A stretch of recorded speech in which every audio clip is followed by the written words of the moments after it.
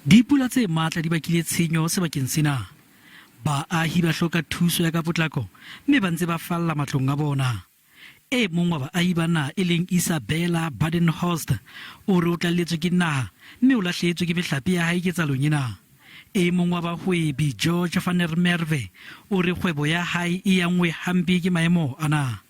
O re ha se lekgetlo la pele dikgohola tsena di senya kgwebo ya hae mme kgatheng lena maemo a mpefetse le ho feta. It is very horrible because your life is here, your everything is here, your furniture, your everything. And if you see the water coming, you don't know where you're going to go with your things. You feel so hopeless because where are you going?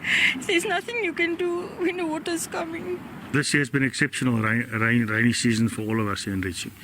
What's actually happened, it wasn't as bad. The bottom terrace, well, you can't see the terrace at the stage, but the bottom terrace actually floods. Ditaba di sa le jwalo dipula tsena di boetse tsa baka tshenyo e matla Port St John provinseng ya Eastern Cape.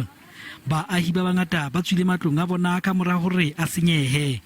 Ke matlo a 30 a sentsweng ke dikgohola tsena masepaleng wa sedika sa OR Tambo. Matsholo a hlwekisa a se a qadile le ha pula e ntse fafatsa sebakeng seo.